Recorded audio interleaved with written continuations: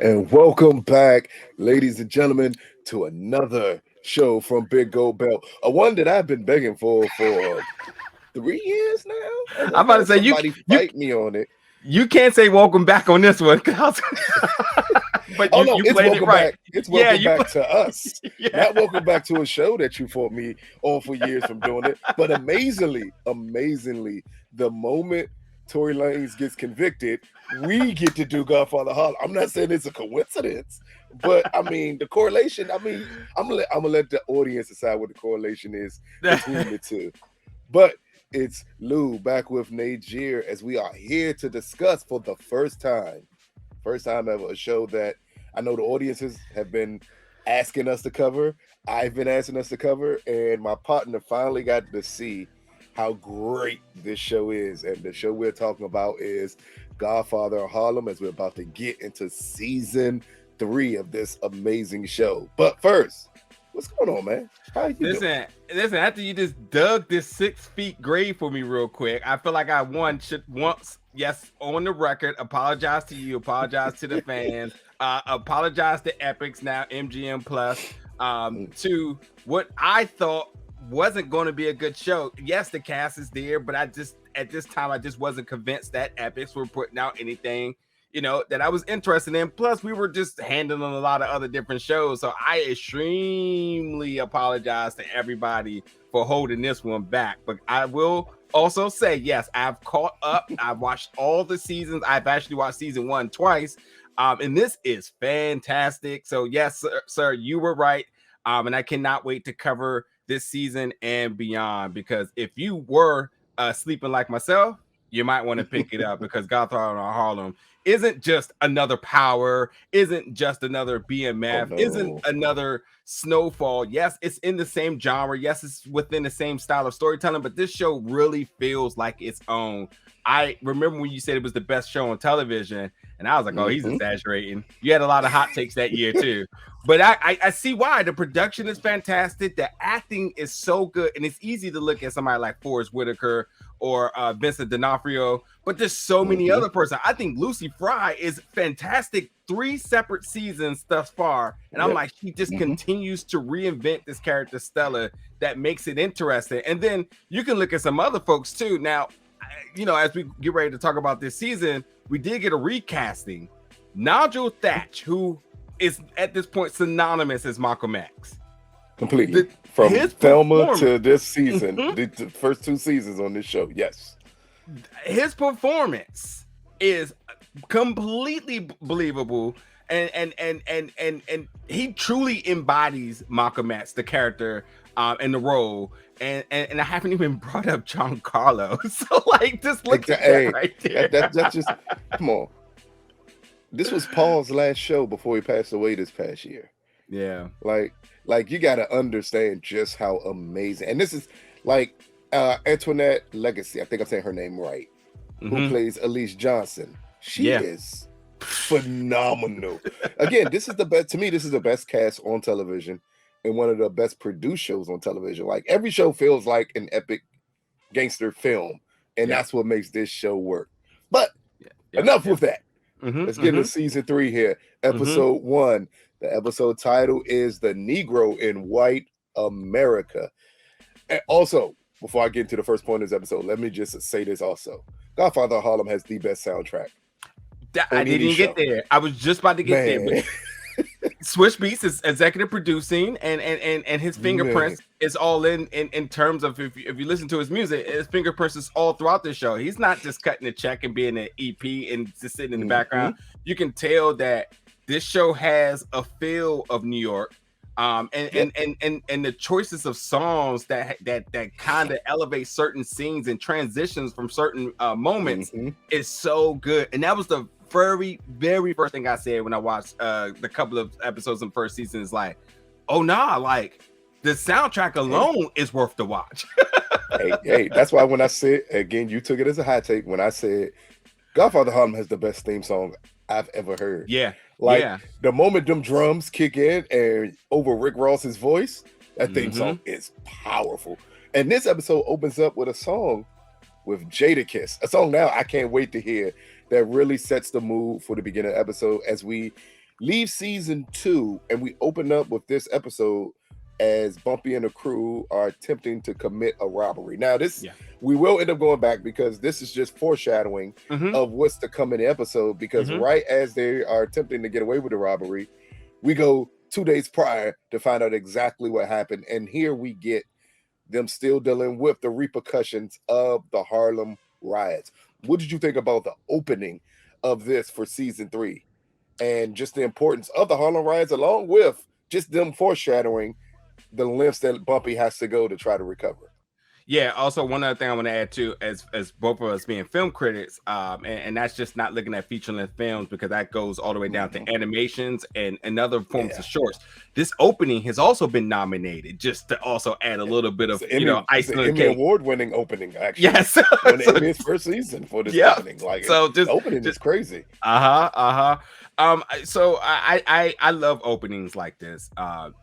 In terms of one, recapping, but also reinstating what's sort of the current predicament or dilemma within a series, especially when you're in the 3rd season. So coming in with sort of the soft opening and the little bit of a cliffhanger, the first thing I thought was like, okay, listen, Bumpy's the boss, but when Bumpy's on the street, just setting the tone to let you know that, like, listen, this is the level of desperation that they're on right now, that a guy that we've seen conflicted and the results of his decisions from last season in terms of business over friendship. He prioritized the safety of Malcolm X, which is a crazy way to end season 2. Thinking like, Dad, he literally is about to have Harlem back on lock. Everything that he was in jail for this entire time, he's about to set it up. He got the French connection. He's about to move more than the Italians have ever even attempted 3 times. And he decided to give that up in order to protect his right-hand man and Malcolm X. So understanding that we've seen him really struggle mentally last season from when he killed all of the 10 Harlems. 10 Harlems? Yeah, that's right. He had to kill everybody because they was double crossing him. Right. So when he R.I.P. to A$AP Ferg and Method Man. Yeah.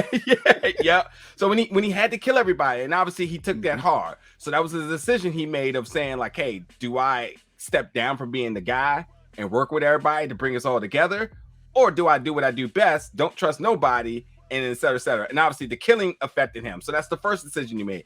Then he goes back to another hard decision of, now I am the guy. I got it all set up.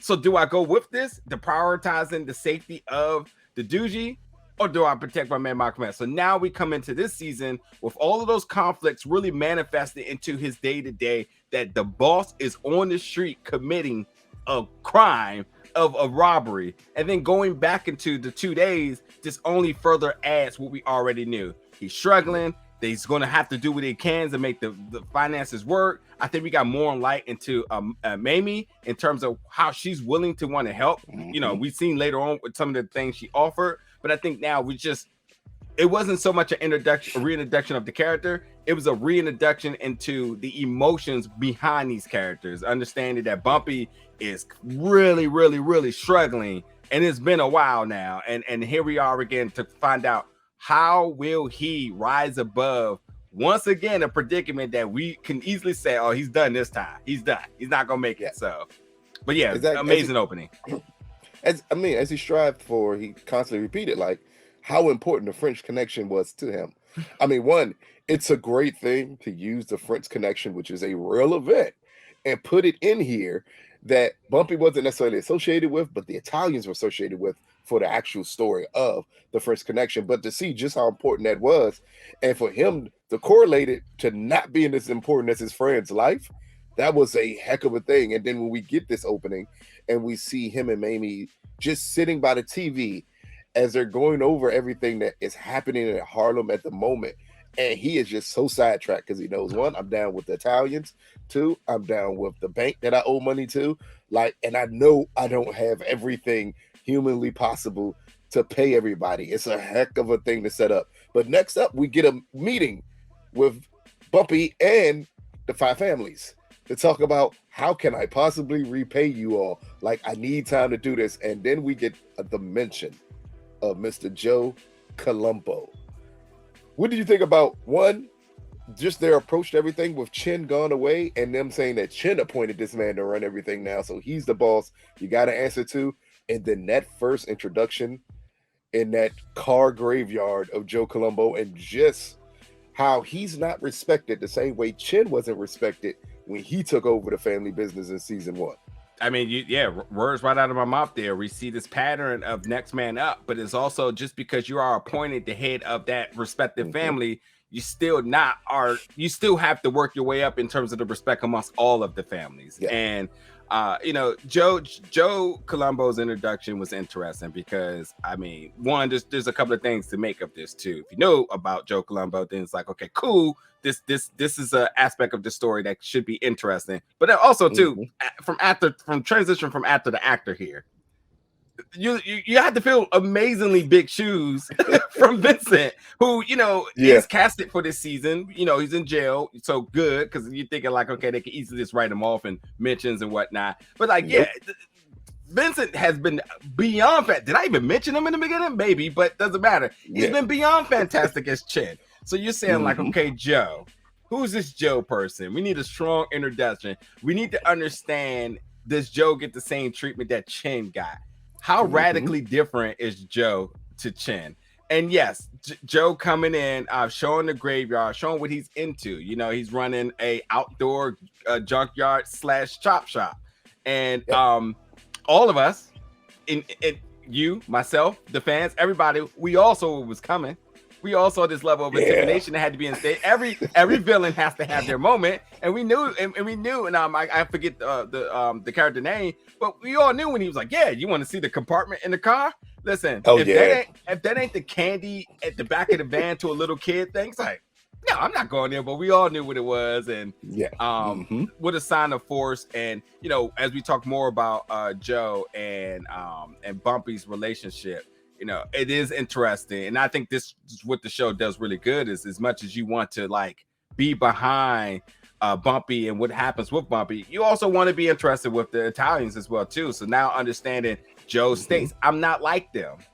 Well, I'm interested about that statement. How are you not like them? You were willing to cut a deal, and it really did come off very, very, I felt like genuine.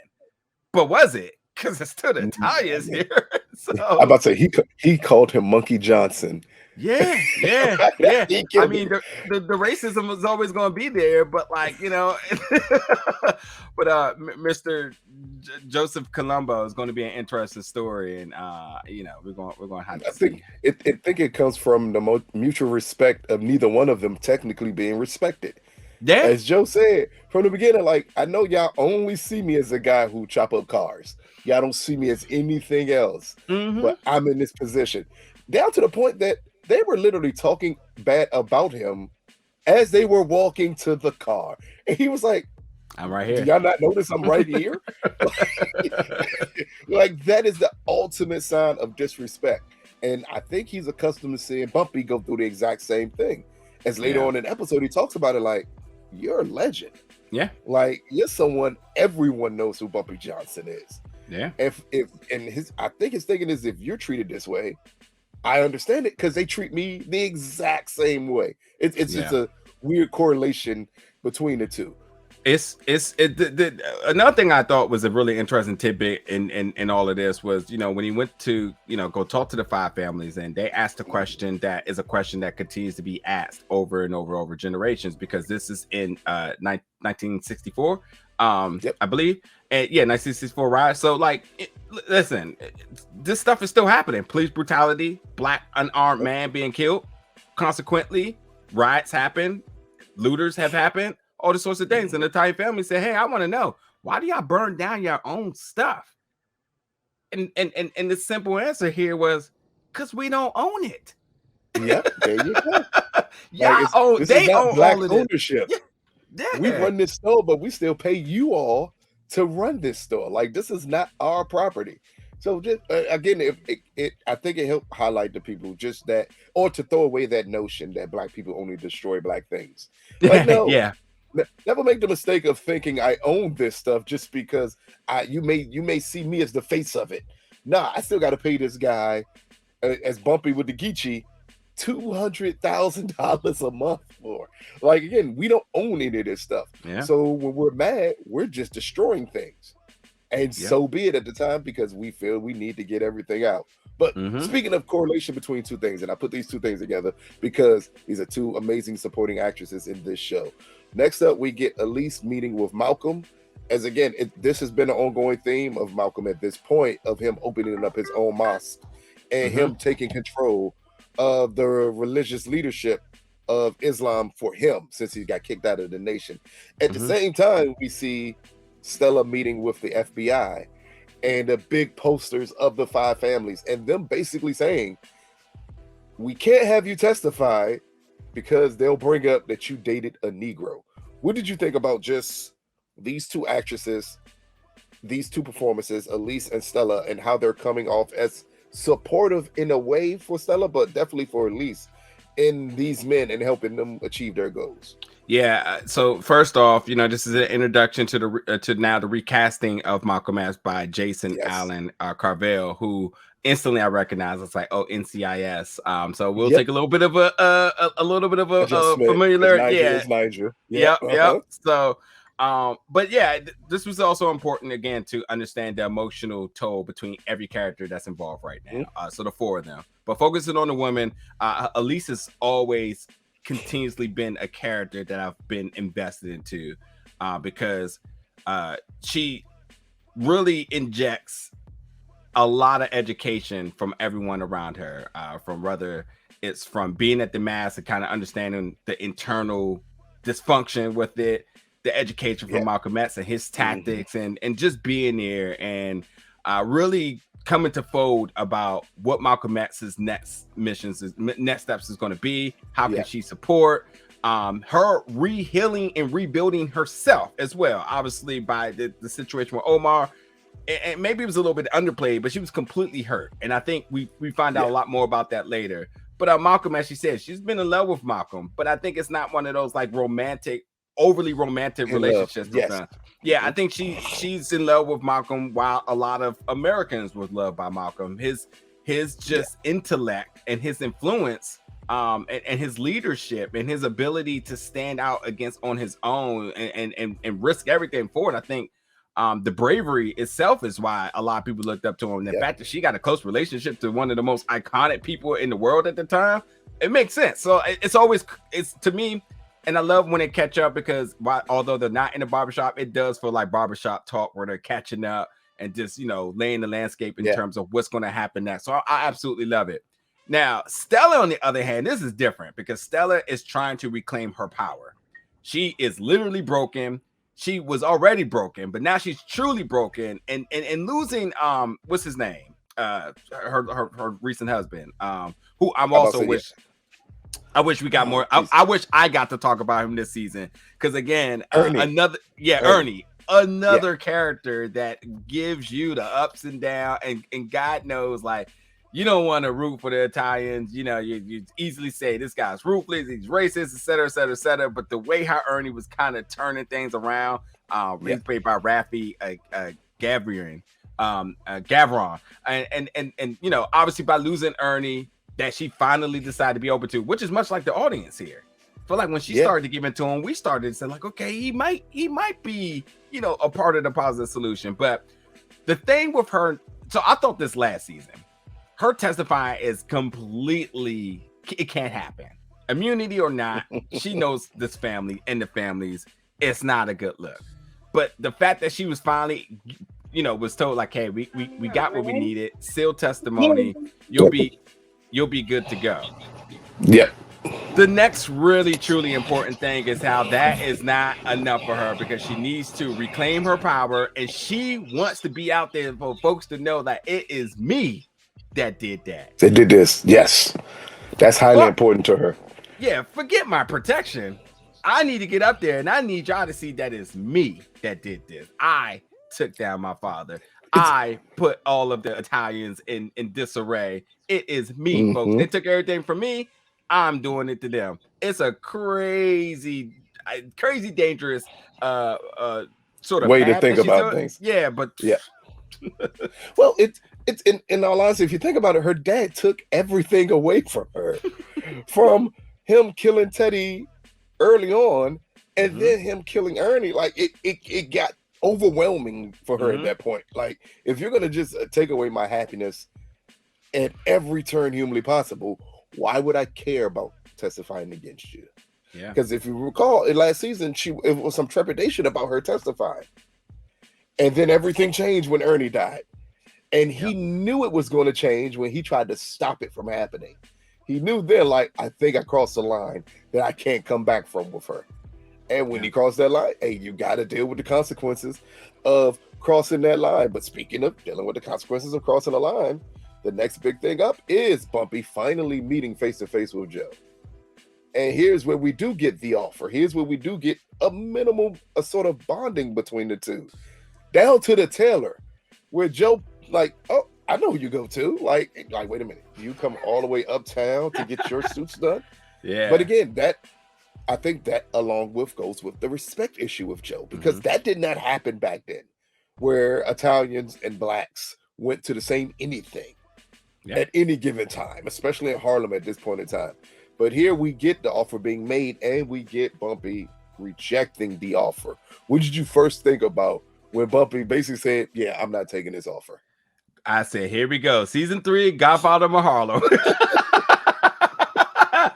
I mean, come on now. Like, it's just what he does, you know. Every time too. Every time. So I was like, here we go. This is the first defining moment of who Bumpy Johnson is. Obviously, the closing shot of this episode is the true statement and moniker of the show. But like, this was the first one right here. Like, oh yeah, this may actually work. I mean, he's worked with Chin, so why not? But of course, it's Bumpy. No, he's not working with nobody here. No, of course not. Even being 3 million in the hole, I was thinking like, dog.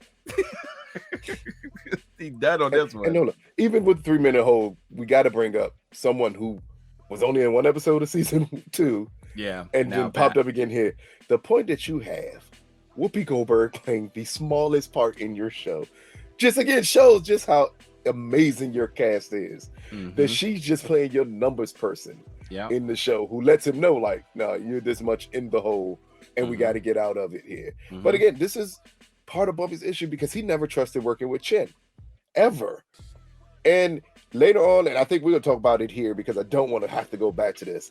Later on in the episode, he gives Joe the reason why, and it's so beautifully put when he said, like, if I go up 110th, you know, I'm basically still looked at like a Negro. No matter what you may think of me, they're gonna treat me horribly. Does the same thing happen to you when you come up this way? Yeah. And in that moment, you feel a mutual understanding of Joe. While he's still mad that Bumpy's rejecting this offer, I thought then he had a kind of an understanding why Bumpy couldn't take his offer. What did you think right there between them two? You can always start to believe in the logic behind Bumpy's decision, because another part that you want to add here is that he also had this conversation with his wife. And when he had the conversation with his wife, he spoke obviously English, but let's just call it what it is. He spoke the message, the same message, 2 different ways. That was, to me, obviously, because we know we're black men, we know like this is understandable. So he had to relate it to a black woman and saying, by me being who I am, this is how it is in the perception of dealing with the Italian. Then he goes straight to one and says, listen, I'm going to explain to you what's it mean for me to be who I am and what is going to and how it is. And I just thought, like, you know, this is a some of the best parts of the show is the parts where we do understand the conflicts between these characters, but understanding the societal complex of everything. Every single where you go, you know, no matter how successful he is, you could throw legend. He gets the name thrown legend at him every single chance. And the statements he make are still true. You're legendary, but just down there. Just exactly. So I mean, and I know for a lot of people who may only pick up from Godfather of Harlem from season 1 to now, you may get confused on just why Joe has that admiration for Bumpy. But just go watch Hoodlum, the movie with Lawrence Fishburne, because that's early Bumpy Johnson. That was him establishing himself. So that's the one that Joe knows. He knows him from that point in time. So just imagine if you've been someone who's been doing this since the 20s and 30s. We're in the 60s now, and I still can't go a couple of blocks from my neighborhood without being disrespected.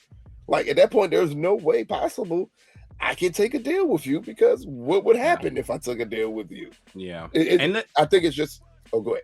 I was just gonna say, and I think, and it's to be determined, but I think Joe completely respects it, because I don't think I think he was ignorant to it. I think he thought like, well, you're successful, you work with the Italians, you gained the French connection, so yeah, you know you're still a nigga, but like you should be able to sit at the table with me, and that should be understood. And he said, I should, but also I just want you to be aware that no matter what, I'm always gonna be a nigga. That's just what it's going to be. That's it. Yeah. That's it. Fast forward to 2022, 2023, folks. Like, no difference. Hey, all you got to do is sum it up in one thing. When Joe said, "Oh yeah," and Cassius Clay came in and got a suit, and he said he goes by Muhammad Ali now. I like Cassius better. Right there. That's all the respect you need to fully understand of why Bumpy feels the way he does. But something else happens a little bit before that last conversation with them that is highly important, and this is the confrontation between Stella and Olympia, her mom, over her being a rat, as her mom repeatedly called her here, and just that confrontation one-on-one. Now, I am going to foreshadow a little bit in the episode. Did you think from this initial discussion that it would go to the extent it went to for the remainder of the episode? Absolutely, because Olympia has always been very pro-violence. Every single thing when she was talking to Chan, pro-violence, and her obviously going to meet with what was his name? I think it was Tommy. Going to meet with him, and honestly, I didn't fact check this because I didn't quite remember, but it went from saying like, oh, she's a rat, blah blah blah blah blah, and then Tommy basically saying like, Liz, this is Chen's problem, period. And then it was like, okay, then it was kind of like, okay, shit. All right, so guess what? She knows about all of this too, because that second part was like, oh no, I really got to pull out the ammunition now. I need you to really deliver my hit here, essentially. So she had to like strengthen the case a little bit more, and so like it's just who she is. And I think like one, she's never liked Stella. They've never had a bond, and this didn't make it any better. And then listen. There's a show. I mean, it's not really a correlation to things, but like, mob wise and whatnot, you understand that these very highly opinionated women, because of the lifestyle, the respect, the protection that they've gotten, orders them to do things without and without almost repercussions, because they've never had to be accountable for anything. They literally can do anything reckless. And I mean, obviously to a certain extent. But yeah, you can obviously say like, yeah, I want to kill my stepdaughter. No problem. Hey, that's basically all she said too. She got to go. Yeah, let me make up that she knows everything else, so you'll be more willing, to kill her. And which all was crazy. You talk about the foreshadowing. I believe nothing that Olympia said this episode. Nothing, not one thing that she said. I was like, oh, that's believable. No, heck no. But again, they're in a position where just her saying it, they have to take it seriously. With Chen away. And at this point, she's letting you know, if she's snitching on her own father, what makes you think she's not going to do the same to you? So it automatically was she became a threat. And that's the way she wanted Stella painted, as a threat. So they could get rid of her. Now, there's a couple things. I'm going to throw it all at once because these are little things, not overly things that we overly need to discuss, but are some interesting things that happen. We get the meeting again at Malcolm X's house, where we finally see him and Betty talk about all the security surrounding him, sending their girls away, and how that is affecting him. And her saying, like, maybe we should just go to Boston with our daughters, get a little room or something close to your sister, and him basically telling her, because of everything that happened with the riots, like, I can't leave this city right now. Just how serious repercussions that has going forward for Malcolm, for him not being able to leave that situation. And then we also get Bumpy meeting with the bank. This is always interesting when they meet, because this dude Charles, man, Boy, if it's somebody who thinks you are above me and you're clearly on the same level as me, that's these guys in the bank who constantly look down on Bumpy. But in all honesty, you're in the same business as Bumpy, and he kind of lets them know, like, if the police came in here now, we're all getting arrested for the same thing, and you're going to need me if that happens. The judge.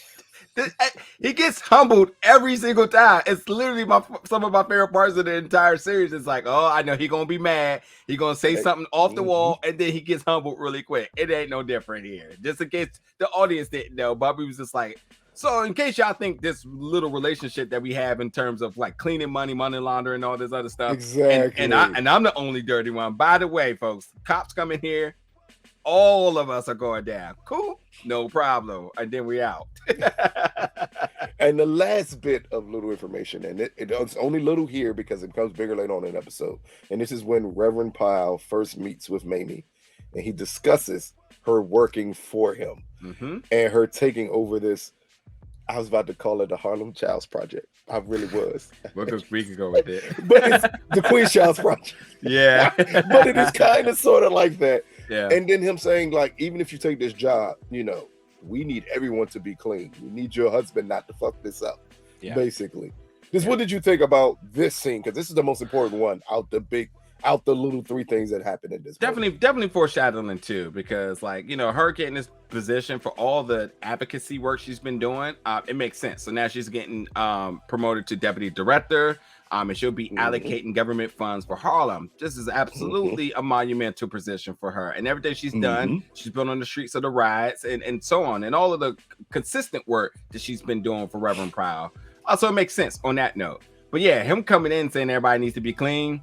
I was looking around just in the back of the room with my tea, like, oh, really? He ain't been clean yet.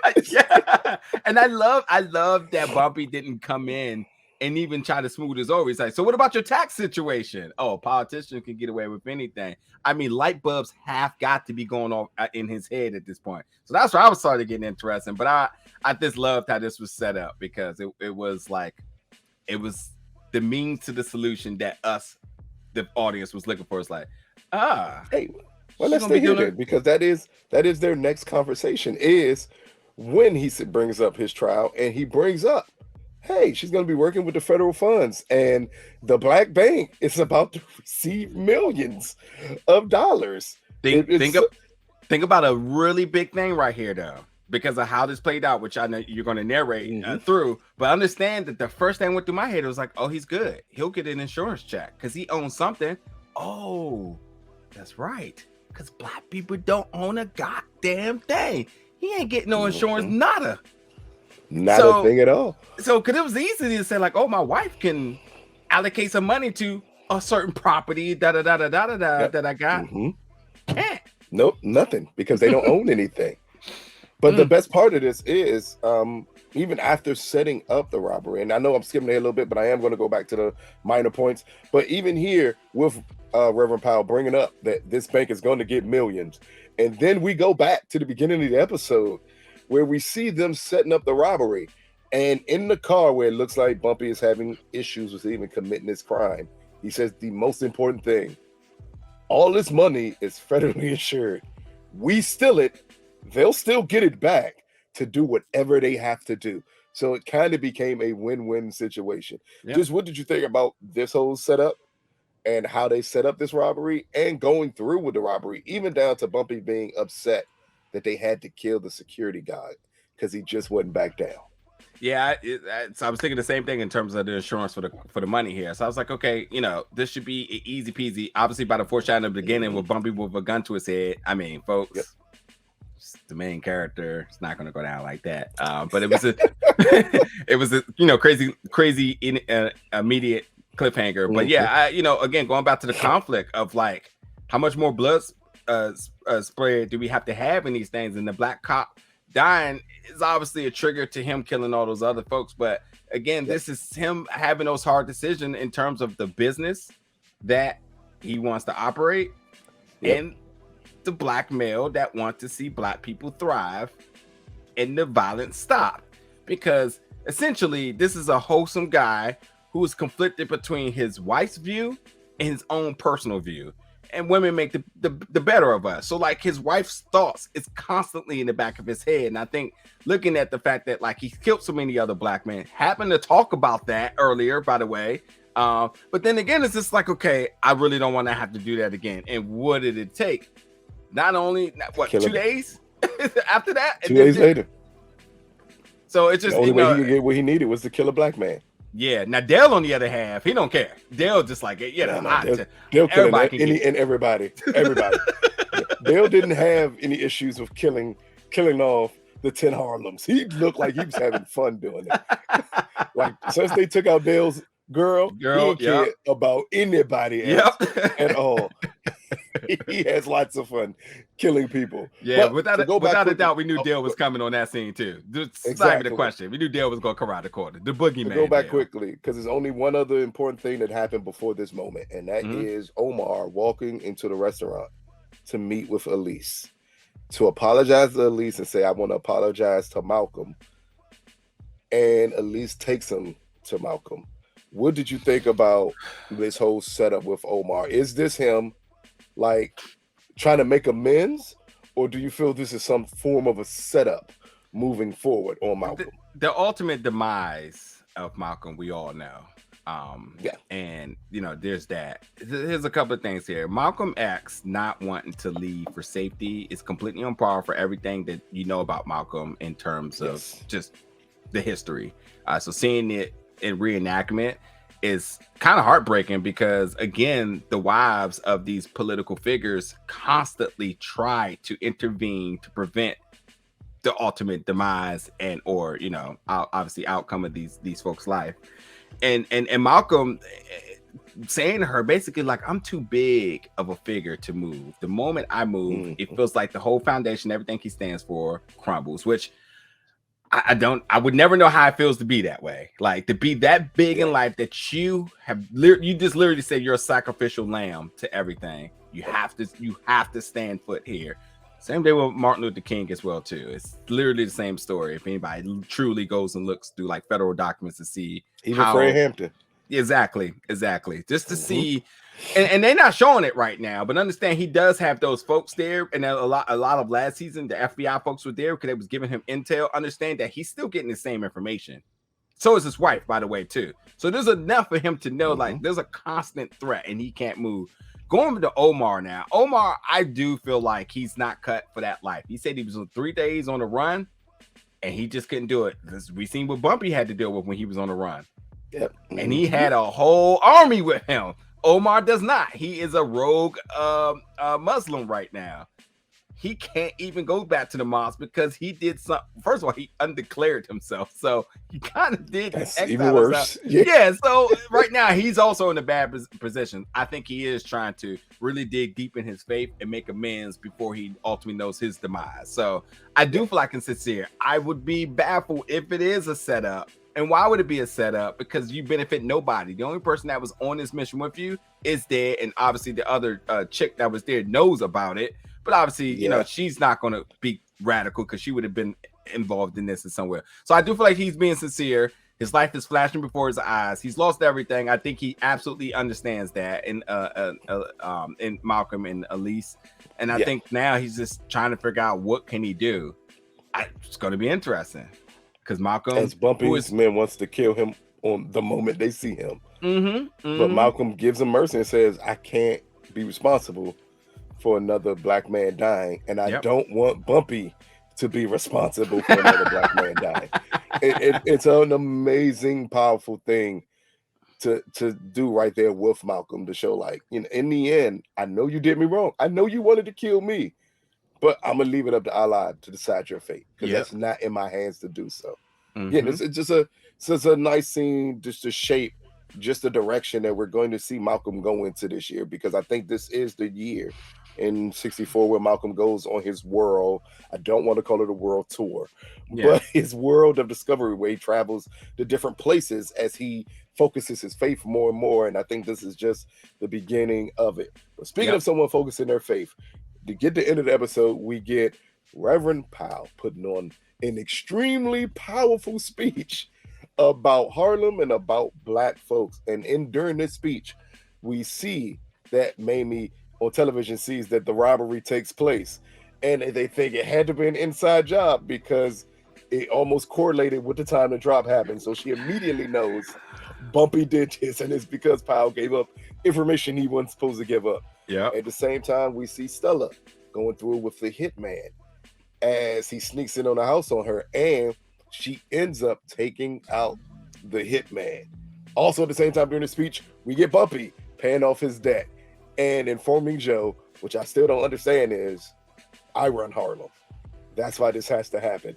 What did you just think about this ending as a whole, between the way they set it up with Powell's speech in the background, these three incidents happening? All I keep saying is let's go season 3, man. This is a dope episode. Stella is going to be okay, because I think the part I didn't really talk about, but Morgenthau now being aware of this, because they're going to give her immunity, going to give her protection, but understand that the threat is imminent, no matter if she testifies or not. And why this may, and this is a result of her giving up her father, obviously by Olympia setting this up, understanding now that, like, you know, you, because of you really just pushing to get this out of her, you put another life at threat, in danger, and now, you know, you got to do what you can in order to protect her. So I think that's sort of going to be the arc with her, but her growing up, because I'm not sure how old Stella is being portrayed to be, but she's constantly treated like a little girl. Go to your room has been said to her more times to her than in a rich household. And you know what I mean, from a household of poverty here. It's a little bit confusing. She's always a little girl here. So her stepping up and pulling the trigger with ease too, in the head. Wonder where she learned that tactic from. She is embracing a little bit of her husband here. She learned from season 2 when she shot him in the leg and he still lived. Yeah. Embracing a little bit of her husband here. So I thought the setup with all this was good. And again, it was completely foreshadowing, because I did not trust anything about what Olympia was saying and talk about her uncle was coming. Yeah, like, no, I would never hurt you again. Yeah, because you'll be dead. Duh. If y'all didn't pick that up. She said all these things. I'll never lay another hand on you. I'm sorry. Da. Yeah, of course. So yeah, her uncle was gone. All that was, and honestly, I forgot, because I almost forgot this. Her stabbing dude in the back is metaphorical here, folks, because this is exactly of what Olympia was doing. Gave you so much grace, and talking about rebuilding, even a tear shed by Stella here, just to know, like, she was just bullshitting you. She really was coming after you, and again, stabbed him in the back, shot in the knee, shot in the head. Dope. I really don't think that Mammy's gonna put together that it was Bumpy. Bumpy, really? She smiled at the end. Oh man, go back and see that little smile she put on at the end. I felt like she was just kind of exactly. I honestly thought she was looking like, oh man, the riots is still out here happening. It was a little smirk, especially when the newscaster said it had to be an inside job. They would never do that on the news. And she put on, well, no, this is back in the 60s. They should say that all the time. They didn't care. They didn't care. But it was a little smirk on her face. I said, oh, she knows it was Bumpy. But she also knows, even if you steal the funds are still there. Yeah. Like, she knows that much. Yeah. But yeah, I just took that little smirk as her knowing, like, this is his way out. Yeah. And then obviously the last scene. I mean, Harlem is mine. That's been the slogan of the show since it was first season 1 was first green lighted. So leaving it like that again, it's a dope moment, it's a dope shot, but I think it definitely was a moment of respect. That we would have been great partners. He gave him $3 million on Thursday. He is legendary. These are legendary moves here. He did it. But I think it's gonna be interesting to see where Joe and him go forward, because this wasn't a sign of tension. This was definitely a sign of, like, I see you. He's like, yeah, I know, because Harlem is mine. Just in case you didn't know. I do my thing. In case you need a reminder. Yeah. So it's just a dope way to end the episode, man, for sure. The only other thing I will bring up is there is no telling when this is going to get back to Chin that someone attempted to kill his daughter. That's been the biggest fear. As the guy said it beforehand, if this gets back to him, I already know, like, I need to not to get back on me. But now that this guy is dead in Chin's house, how would it not get back to Chin that someone tried to take out his daughter? Yeah. And what are the ramifications of that? That's Yeah. what we need to really More- pay attention to. Morgenthau will have her back. That's what I believe is going to happen. But yeah, Chin in jail, and if I'm not mistaken, who Chin replaced should also still be in jail. If I'm not mistaken, Yeah. right? So there or not there, this understanding that Chin not being on the streets does not mean he doesn't have influence here. And Colombo that at the beginning when he said, "Hey, let Chin know I always got his back." We're going to test that. I see, because clearly his wife's going to have to go. Because you tried to kill his daughter, and that ain't what he gonna go for. Enemy of an enemy is my friend. So I see a Joe and Bumpy little unofficial situation or partnership kind of forming here just off of this, you know. So also, I think it was interesting too. Stella said that Chin killed 3 people that she loved, and obviously she was talking about, you know, her boyfriend, the other musician, and then obviously I just forgot his name again, but other guy, Ernie, yeah, that just died. Yeah. So, but yeah, this more statement of saying that like she's just lost it all. The people she was actually romantically in love with, or just the people she was close with, everybody else that she gets in contact with. Is, you know, it's a casualty to her father's, and this is the sad thing about it too. But like understanding that why she means no harm, her ex-boyfriend, I forget his name, but like this is what his mother was saying the entire time. Yep. So from the beginning, don't date that white girl because this is what could happen, and it's all come to fruition as Chin has just managed to kill anyone who's ever gotten too close to his daughter.